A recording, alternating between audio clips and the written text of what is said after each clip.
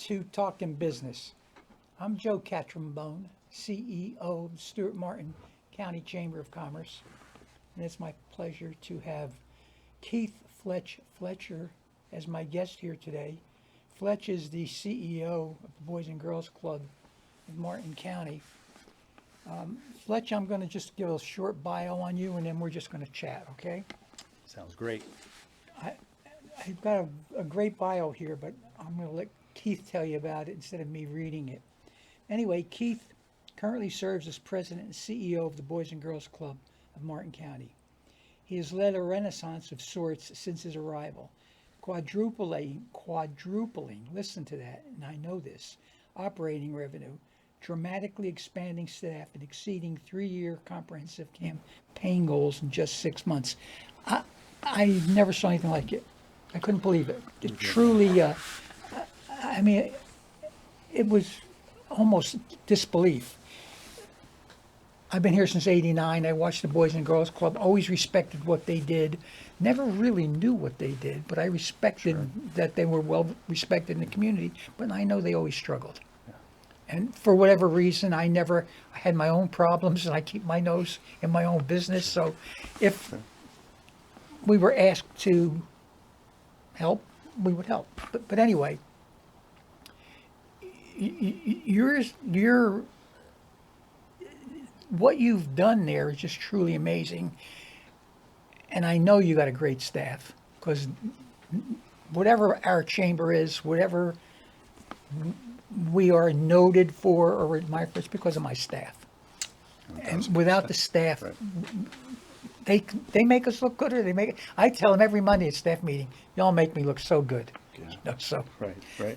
But anyway, what I do, Fletch, and I know, but a lot of our viewers, most maybe won't know, but tell us, what I like to know is how you ended up in Martin County. Now, I know the job, obviously.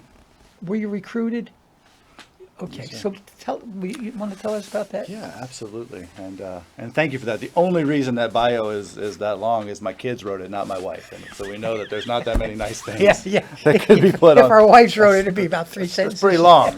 That's pretty that's pretty long. So and thank you for that kind introduction, and thanks for all the chamber does to support the Boys and Girls Clubs and so many nonprofits around Martin County. So the primary reason, I was recruited here. I'm a bit of an anomaly in the Boys and Girls Clubs, because I had never worked for a Boys and Girls Clubs before being hired as the CEO here in Martin County.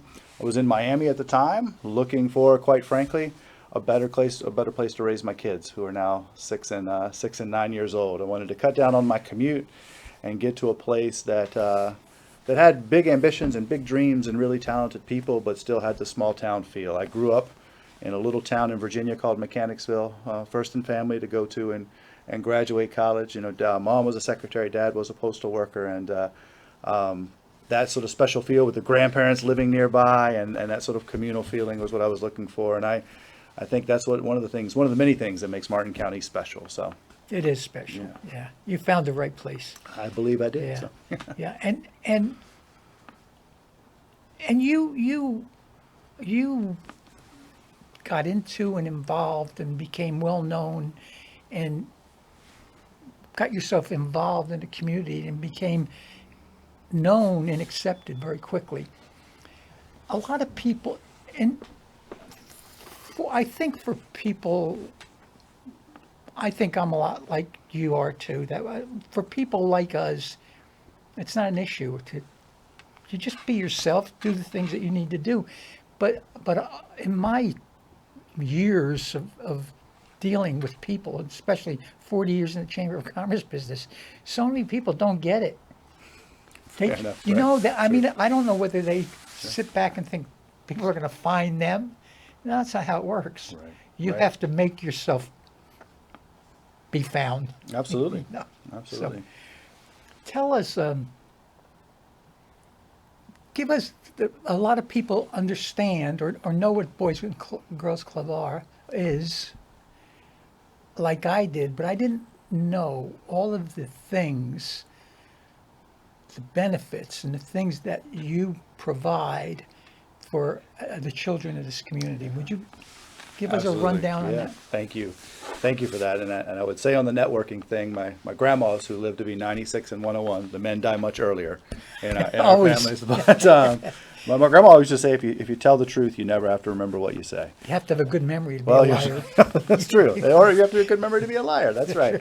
So I think if you're authentic across circumstances, and I've benefited from some very good mentors who we were discussing before the show that introduced me to you and others when I first got here that helped me on my journey, and I'm forever grateful for them and that. So I know a lot of folks, when they hear about a Boys and Girls Clubs, they probably think of a nice place to go and get an ice cream and play some basketball after school. And so what I would say is that the Boys and Girls Clubs of Martin County is sort of not your mom and dad's Boys and Girls Club. So when you come into our clubs every day, everything is always centered on our three core things: academic excellence, good character and citizenship, and healthy lifestyles.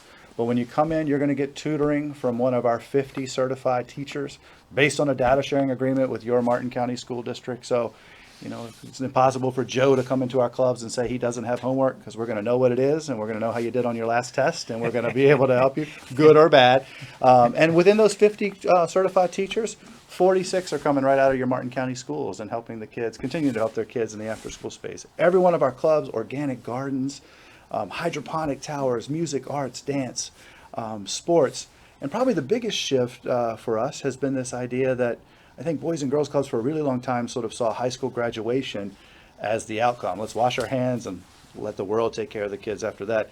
We don't believe that. We believe high school graduation is the launch pad. So we've made really heavy investments in workforce training and in college access work. So we know that it's not just about getting kids to that post-high school opportunity.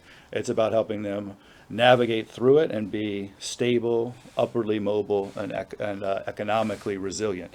And that's our aim for all kids: entrepreneurially able, homeowner ready, and those kinds of things. A couple of little things that make us a little different is we use the AmeriCorps program. So like the Domestic Peace Corps, we go into between 6 and 10 of your Martin County schools every year to do literacy interventions and mentoring, just to help kids stay on track to graduate. And I believe we're the only Boys and Girls Clubs currently in the state of Florida with full-time social workers on staff in each of our clubs. So we're a holistic model that is free. It's free year-round. So that's another little nuance for us. How good is that? Every day after school, we're going to give kids a snack. We're going to give them a hot dinner. In the summers, it's a breakfast, lunch, and a snack. It's all for free. So the idea is that you can show up and pick up your kids with homework done. They're going to be exhausted from the programming we put them through, and they're going to be fed. So part of the core premise is kind of a throwback to those old school values of letting parents be parents, because they should be the key influencers in life and getting all the rest of the obstacles. So when they come from us, they can just focus on being present and with their kids. That family unit that's missing so many places now. Your facility it's a campus. They've grown into campuses, yes, sir. And what surprised me, you mentioned college preparing, but it's not just college preparing. That's what to me was so eye-opening. It's for not everybody's going to go to college, and less kids are going to college.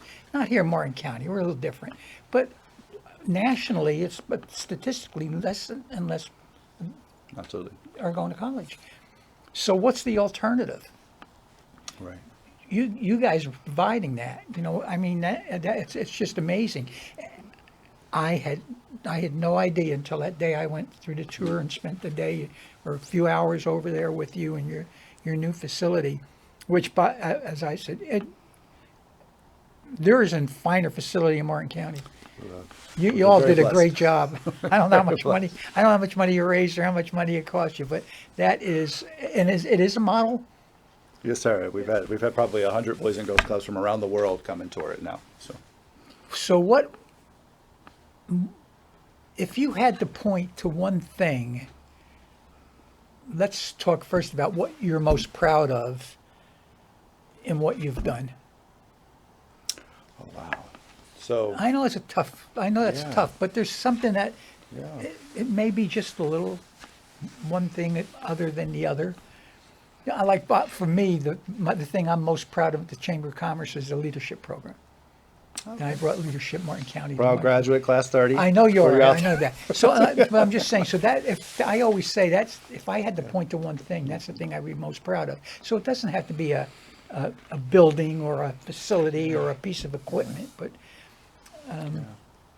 You know, I think I'm most proud of the way we scaled, because for a really long time in my career, I worked with kids directly, and you know this because you've been a CEO for a long time. The higher you go up the ladder, oftentimes the less contact you really have with your clientele. So I don't get to spend as much time with kids as I want to anymore.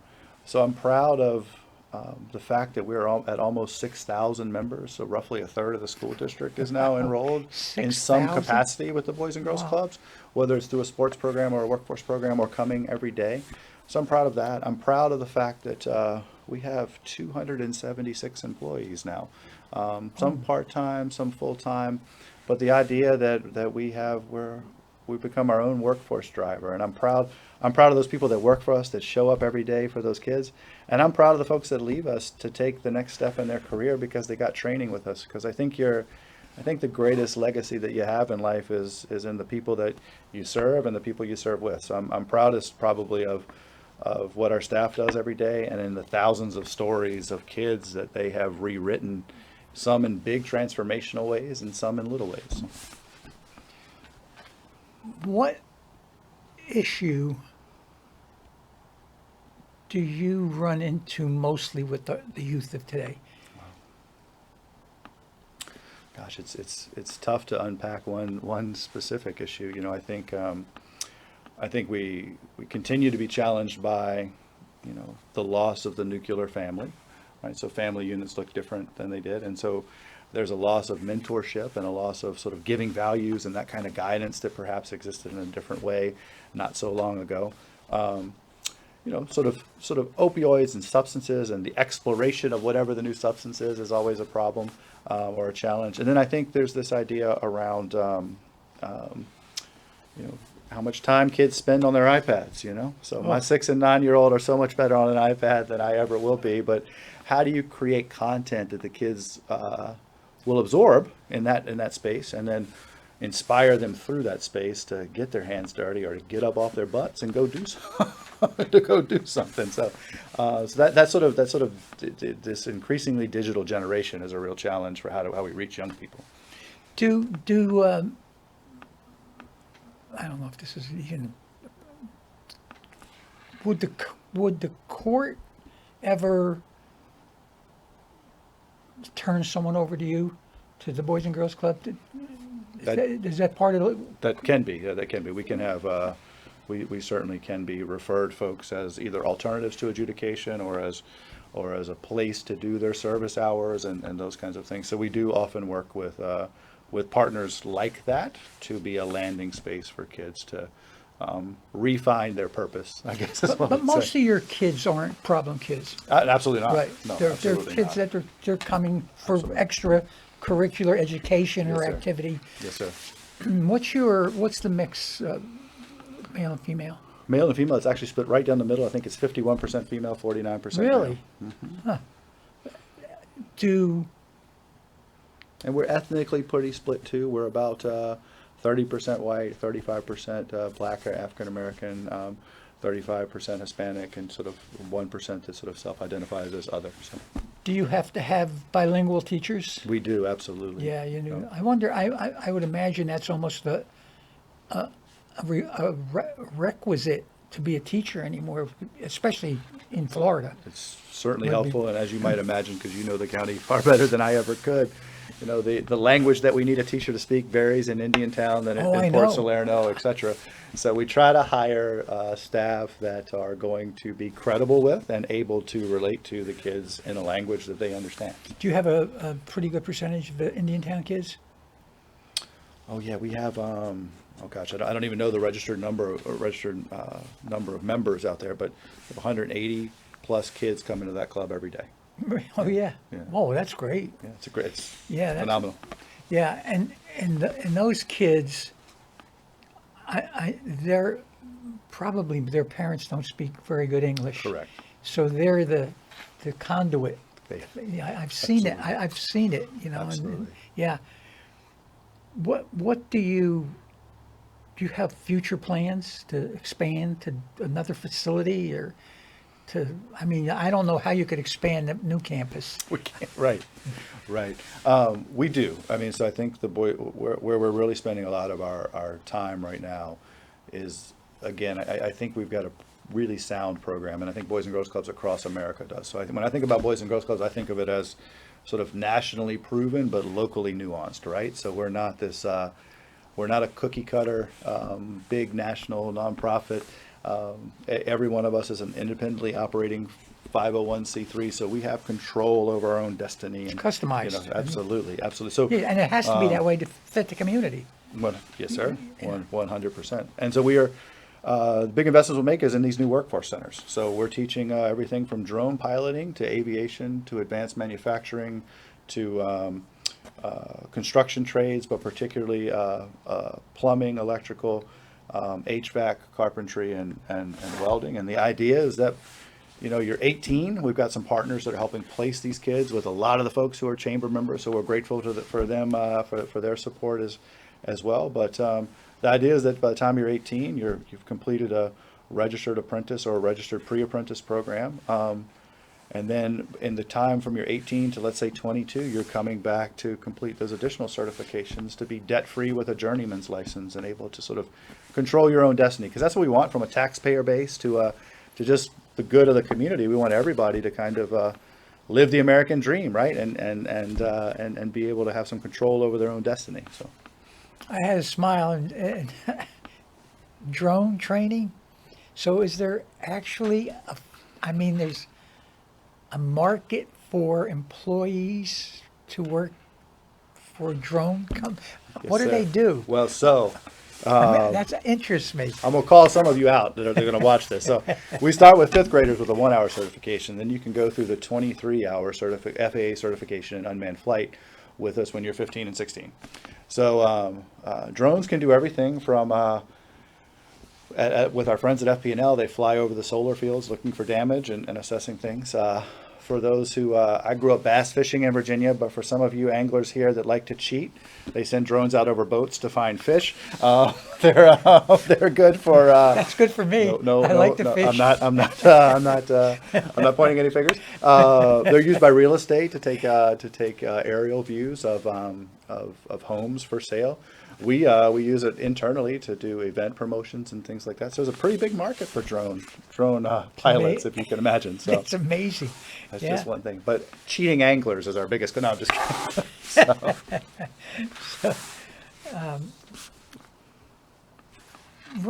Walk me through the process.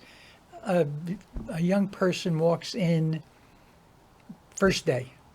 What's the process? Do you evaluate them, or they choose what they want to do, or how does it work? Sort of a hybrid. So that we're going to come in and we're going to first of all, we don't take a member unless we have a meeting with a caretaker. So whether that's mom, dad, grandma, auntie, or the person representing you, because we do believe that it takes the village, right? So if we don't have partnership on the other side, if there is an issue, it's not going to go very far. But once they come in, that we group our kids essentially by age and then sort of by academic progression to start. You're coming into the after school space, and you're gonna get snack first, because who wants to go to more school when they leave school? Then you're gonna make it palatable, right? Right. Then you're gonna have a fun activity. Then you're gonna have some time with the teachers, and that really varies based on your academic performance. Then we've got fun STEM labs, and you're building circuits and making robots and making rockets, and then then you've got a little bit of a choose your own adventure. You're going to get sports and gardens and music and arts and dance. Every kid is going to get some degree of that, simply because sometimes, and I know this more now as a parent than I ever did, sometimes we know a little bit more than the little ones, so it's good to show them, right? Different things. But then we also like to listen to them. So if there's something that they really fall in love with, they're going to be able to do that more often to grow the skill. And I've heard you mention a couple of times. So academics are part of the program. Yes, sir. The core premise is, doesn't matter all the other things that we can do for you. If you can't read and you can't add, you're going to go nowhere. Right? So is there a test, or do you look at their academics from their school? Correct, yes, sir. So rather than giving them a test? Yes, sir, we don't So test. you know where they may be deficient? Correct. I would imagine, and again, I only because this has been forever, we have, what is it, high schoolers that are can't read at the 6th grade level. Yes, sir. So how do you address that? Do you teach them to read? Yes, sir. Wow. Yes, sir. And really, we do a lot of our targeted work before 3rd grade. It's, one of the metrics, for example, that private prison builders use to forecast the number of beds that they'll need in a given state or area is what is the 3rd grade reading rate. So we try to catch people up. You're right. One of the key benchmarks is 3rd grade. Another one is 6th grade, and another one is 9th grade. And then there's a lot of research out there that says if you don't have a kid caught up by 9th grade, it may be too much trouble. Too much. Do you have a large percentage of non-English speaking? Is that a large percentage of your kids?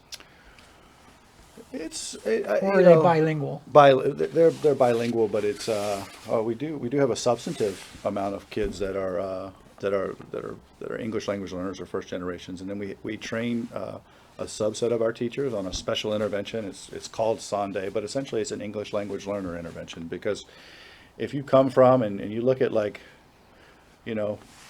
bow and bow and thorough and through, all spelled with O-U-G-H, yeah. right? So we're a tough language to learn. So It's amazing. It so is. we have a special if you're in BLEU and BLEW, blue and blue. It's crazy. So given that, a lot of our clubs, you'll see it has a room called Sunday. They're dressed up rooms, but we take English language learner kids into little smaller groups.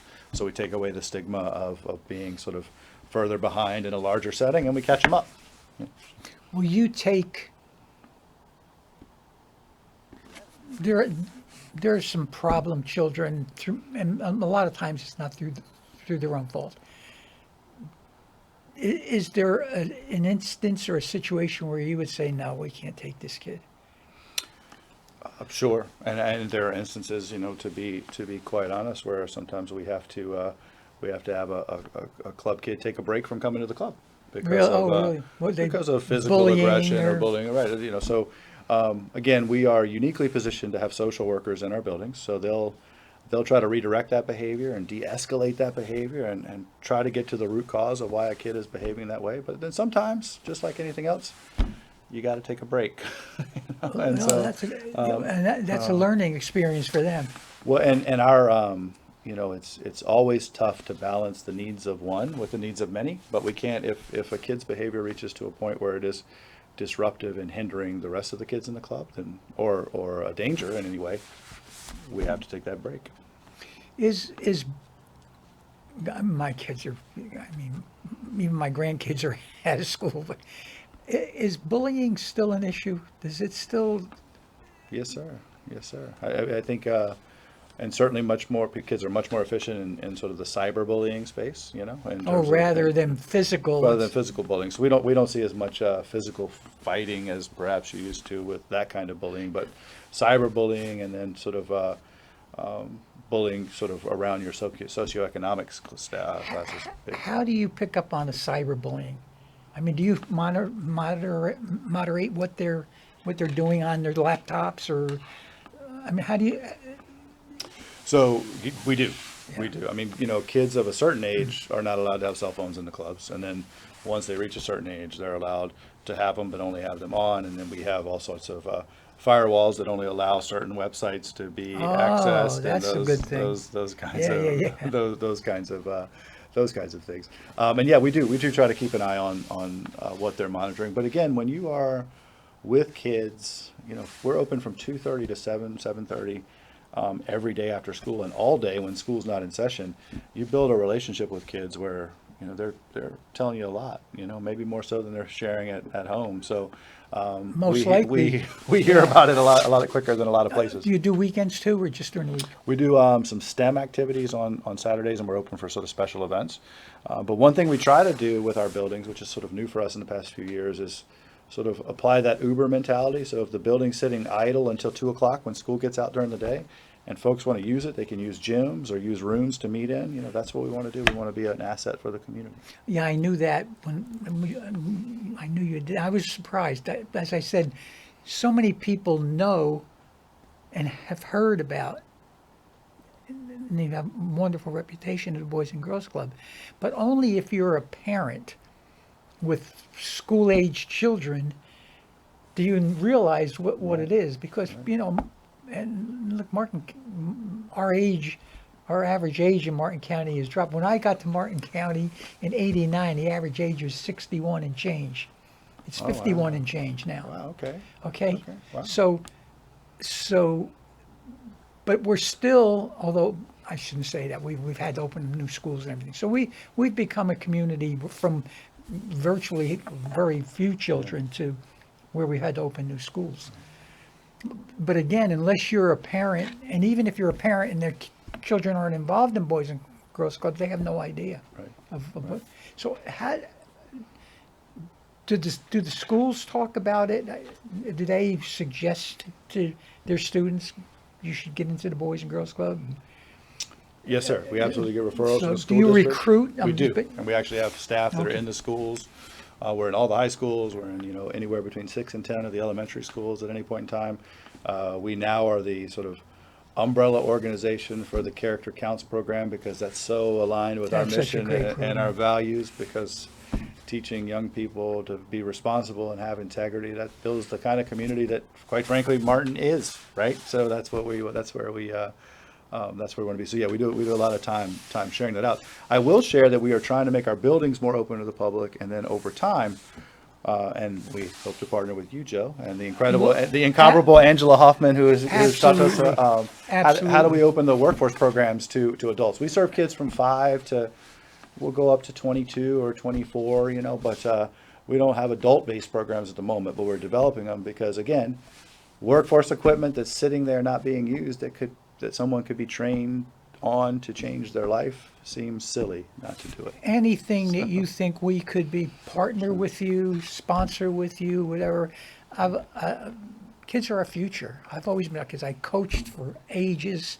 I miss being around kids. What'd you coach? Football Okay. and soccer. Okay. Okay. Yeah. So, and I loved it. And I coached high school football, actually. I was a defensive back coach in high school football in New Jersey. Okay. So I miss coaching and being around kids, but I'm too old for that I now. was an offensive lineman, so I tend to think defensive backs are just kids that didn't like to get hit, but it's fine. Well, not on every play. That's Not on every play. That's all wrong. I graduated high school. I was 145 pounds. And I was too. No, I'm kidding. No, I'm kidding. So. Well, Fletch, this has been great. No, I appreciate it, sir. And we're winding down. Is there something we missed that you might want to let our viewers know? Or No, I mean, I think the biggest message I would send is that, you know, again, you know, what you may understand about the Boys and Girls Clubs is probably far from what we are today. So take advantage of the opportunity to come see a club and talk to us. Come volunteer with our kids. So I'll tell you that. Take a tour. I promise you will be blown away. Take a tour. And if you have a passion, whether it's coaching defensive backs or whatever it may be, I'll give you an example. In our Port Salerno club, we have a woman who comes in and does crochet, and we have a waiting list from kids under the age of 13 to learn how to crochet. So if you have a talent or a passion, the single biggest way that we make a difference in a young person's life is through mentorship and presence. And we got so many good people in Martin County with a lot of talent. We'd love to have you apply those talents with our kids. So You please check it out. You'll be blown away. thank you, sir. Thank you. I appreciate it. Thank you.